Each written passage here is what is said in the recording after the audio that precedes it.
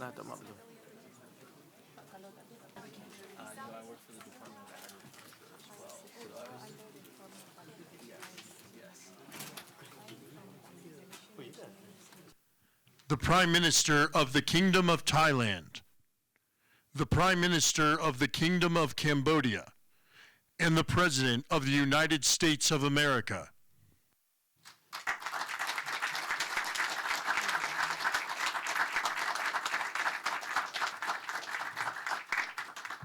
Well, this is so exciting because we did something that a lot of people said couldn't be done, and we saved maybe millions of lives on this one peace deal itself. And I'll tell you what makes me so happy is the two countries we're dealing with, and the third that helped so much, I appreciate so much. Maybe it couldn't have been done without you, but they really like each other. I'm not used to that when I do these deals. Usually there's a lot of hatred. They liked each other, so it made it a little bit easier. But millions of people are alive today because of this peace treaty. So before I begin, I want to extend our deepest condolences to the Prime Minister, Newton, as well as His Majesty, the King of Thailand, and the entire nation on the passing of Her Majesty, Queen Sirikhet, the Queen Mother, and a beautiful, incredible woman who is so respected all over the world, actually respected. I know the people of Thailand will remember her forever as the embodiment of dignity, kindness, and grace. This just happened. But this is a woman who is so loved and respected.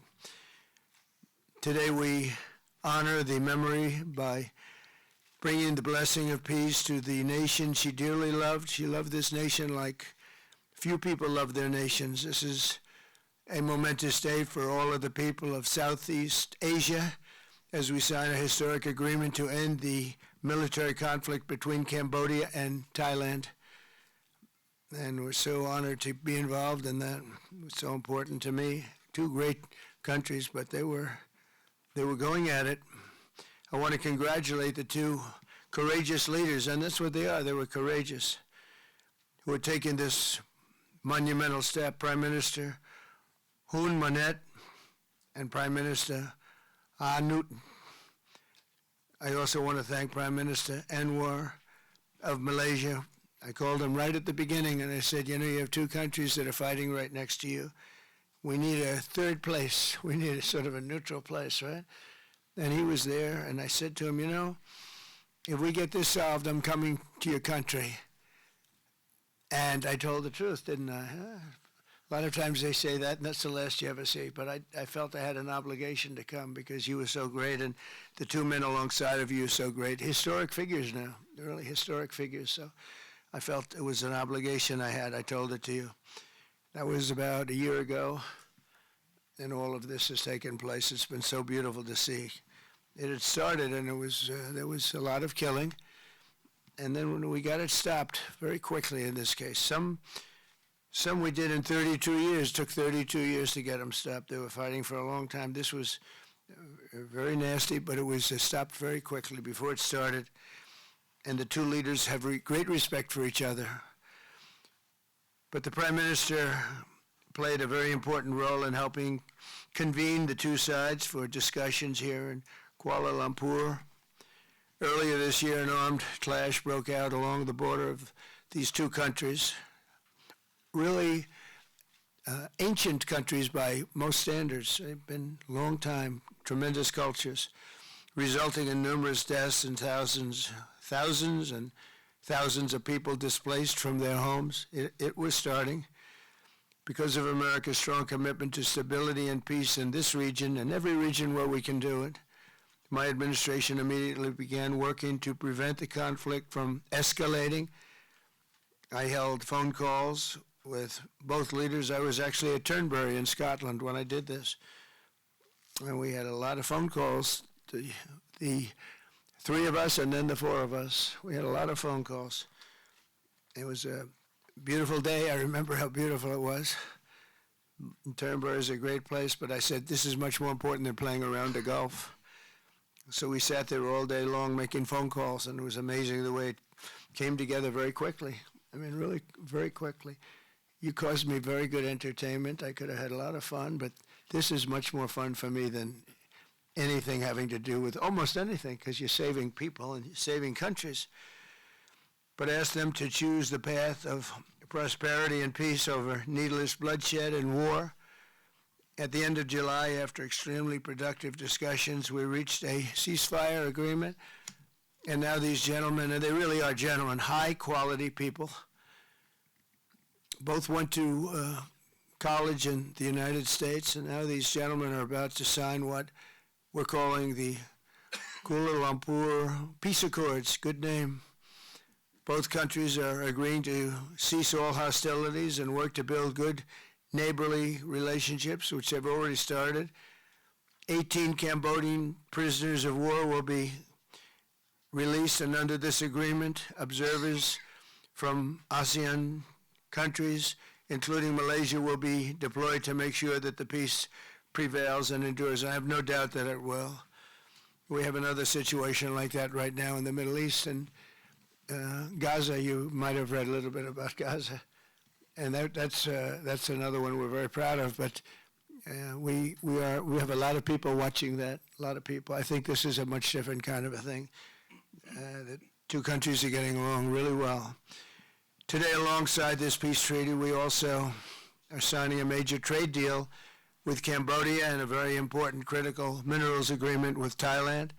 The United States will have a robust commerce and cooperation transactions, lots of them, with both nations as long as they live in peace. And I really feel that when we make deals, we see two countries that we do a lot of business with. We do a lot of business with both of them. We have to use that business to make sure they don't get into wars. But this is going to be a very long peace. So as you know, this is one of 8 wars that my administration has ended in just 8 months. We're averaging one a month. There's only one left, although I heard that Pakistan and Afghanistan have started up, but I'll get that solved very quickly. I know them both, and the Pakistan, the Field Marshal and the Prime Minister are great people, and I have no doubt we're going to get that done quickly.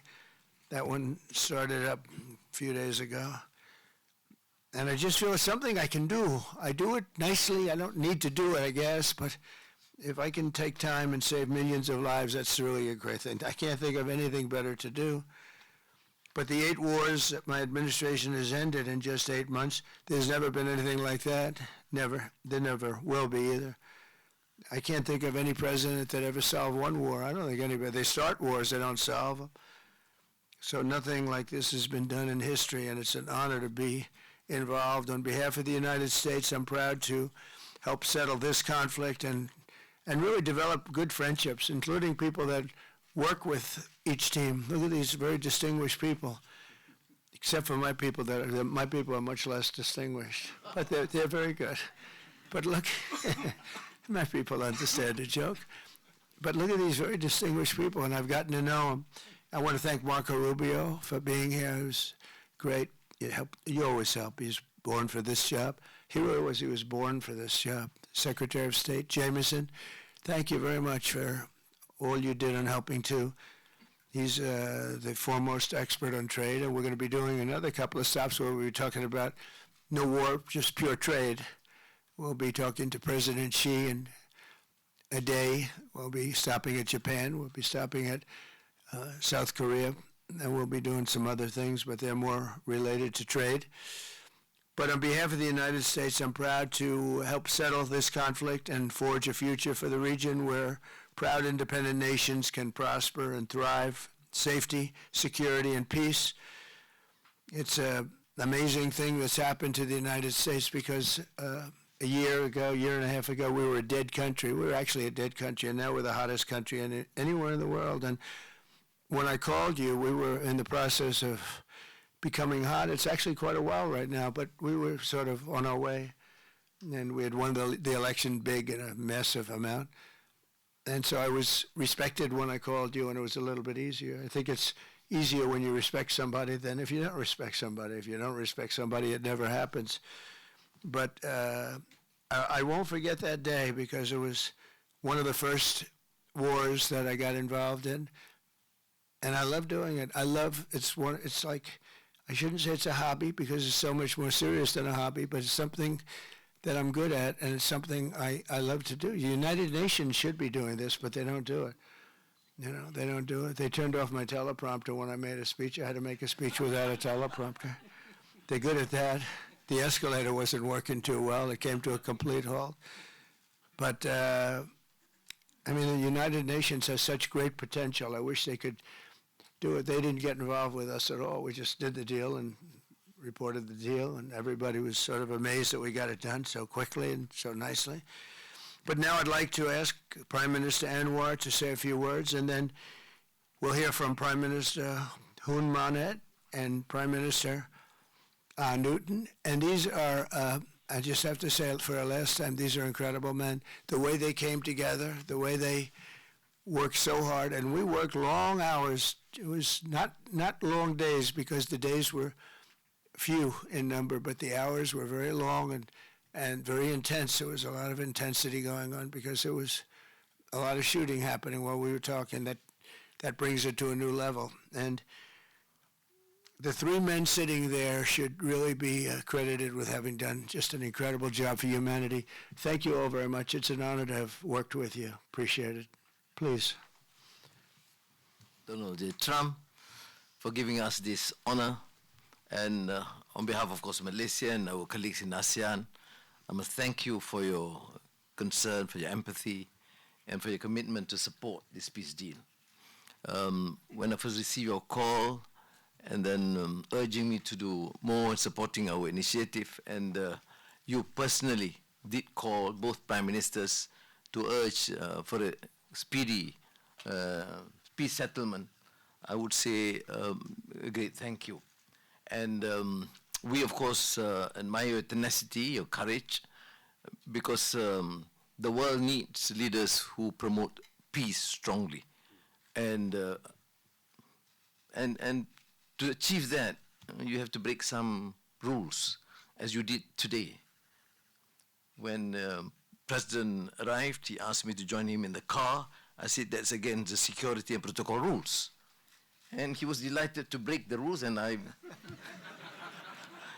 Nice ride. It was a nice ride. And we share a lot of things in common. I was in prison, but he almost got there.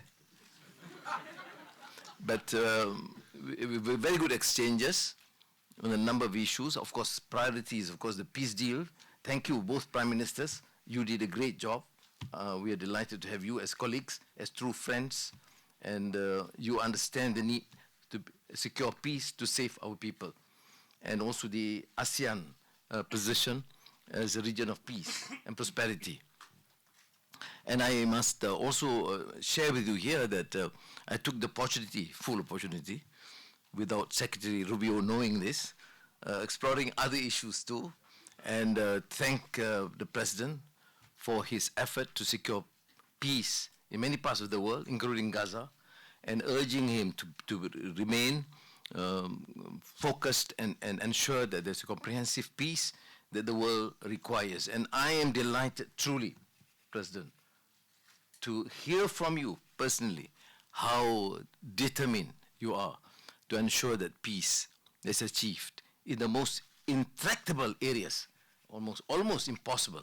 But you did it, and we have shown our support and call on the United States in particular to continue this. with the support of many, not only neighbors, but the part of the world. But I must also take this opportunity to thank Secretary Rubio, Jamison, and Ambassador Kagan, because they were very helpful. I mean, you didn't say that, but I must say that because they were extremely helpful in ensuring that you come here. I mean, I wasn't sure when you said to me, yes, Prime Minister Anwar, I'm coming. Well, I'm not sure because, you know, I deal with a lot of politicians. But you are an exception. Thank you, Mr. Donald Trump. Thank you very much again.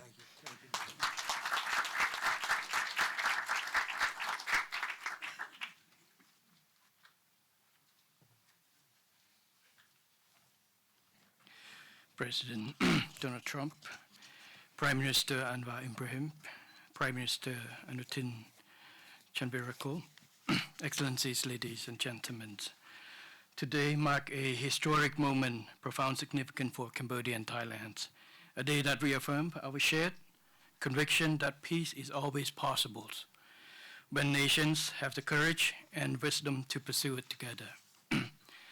On behalf of the Cambodian peoples, I wish to express my deepest gratitude to President Donald J. Trump for his decisive leadership and steadfast commitment to supporting the lasting peace between Cambodia and Thailand, and for his tireless efforts to make it a reality.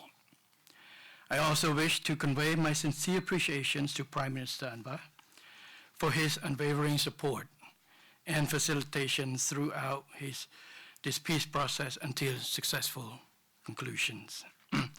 I further extend my appreciations to my ASEAN colleagues, China, and other partners who have been supporting the ceasefire from the beginning. The principles that underpin this joint declaration are those that Cambodia holds dear. That no matter how difficult or complex our dispute may be, they must always be resolved through peaceful means in full conformity with existing treaties and international law. Cambodia reaffirms a strong commitment to fully and faithfully implementing these joint declarations and to continuing to work closely with Thailand and all our partners to ensure that this peace endures and brings tangible benefit to our peoples.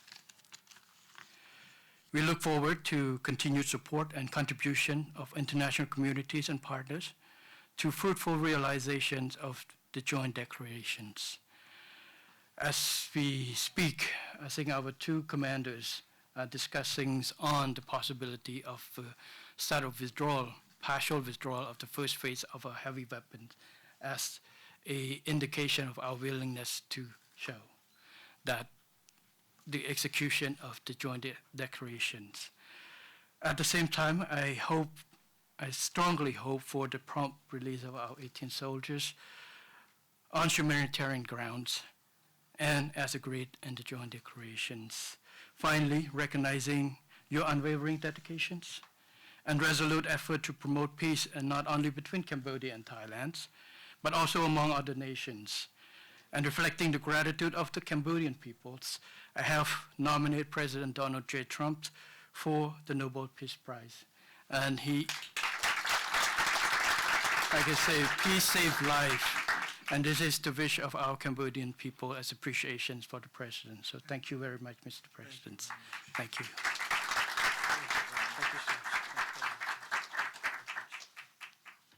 President Trump, Prime Minister Anwar, Prime Minister Hun Manet, Excellencies, distinguished colleagues, today marks a new chapter for Thailand and Cambodia. Today, we take a concrete step towards peace. I would like to thank Prime Minister Anwar Ibrahim for the leadership as ASEAN Chair and your strong efforts in upholding ASEAN unity. And I also wish to express my sincere appreciation to President Donald J. Trump for your personal dedication to peace between our two countries. And in addition, I thanks so much for the kind words of condolences that the President has given to our country on the great loss of our beloved Queen Mother. It means a lot to Thai people. We have come a long way since agreeing to the ceasefire here in Malaysia on 28th of July. The discussions since then have led to this important outcome, which is the signing of our joint declaration today. And I have to thank Prime Minister Hun Manet for his cooperation and support that led us to this moment. Thailand stands for peace. This declaration reflects our will to resolve differences peacefully, in full respect of sovereignty and territorial integrity. This declaration, if fully implemented, will provide the building blocks for a lasting peace. But more importantly, it will begin the process of mending our ties. Our border communities have been divided by conflict, and innocent civilians have suffered immense losses. This declaration places a firm responsibility our two parties to act. I believe we can achieve what seemed beyond reach a few months ago. To this end, I welcome the agreement that following the signing of this joint declaration today, both sides will begin implementing all the agreed points, in particular, promptly removing heavy weapons from the border areas to ensure the safety of our people, to build confidence and trust. And Thailand will also begin the process of releasing the 18 detained Cambodian soldiers. We have a responsibility to act in earnest and in good faith, and that we restore livelihoods and protect the well-being of our communities along our shared border. To achieve real change on the ground, what we agree on here must be implemented. Only then can we truly turn to a new page. Only then can we assure that our people's security and safety. Only then can we achieve real peace. This is what our people expect of us, and this is what they deserve. Peace with dignity. Going forward, I call on our friends to continue supporting this process so that the joint declaration is implemented fully and in good faith, rebuilding stability, trust, and renewed cooperation between Thailand and Cambodia and across our region. I am also pleased that today we announced the joint statement on the framework for a U.S.-Thailand agreement on reciprocal trade, which I hope will facilitate our negotiations on tariffs for conclusion by end of this year. We will also sign the MOU between our governments on cooperation on critical minerals, which will further promote resilient and sustainable supply chains for years to come. Thank you once again. Thank you from the bottom of my heart. Thank you.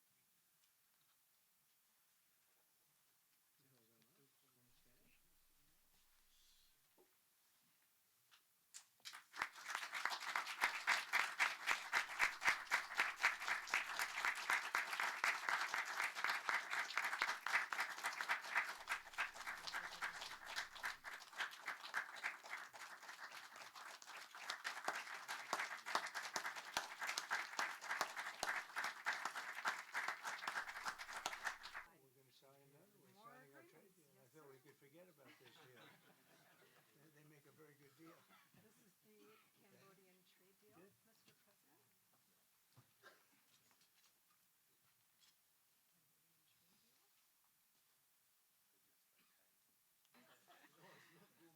It's a disaster.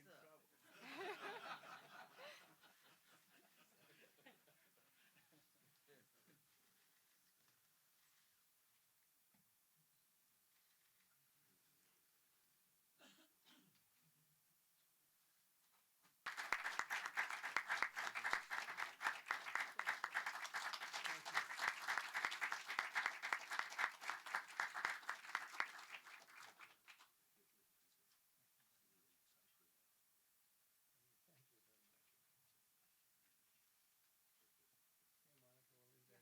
I'll collect them. Thank you very much, and congratulations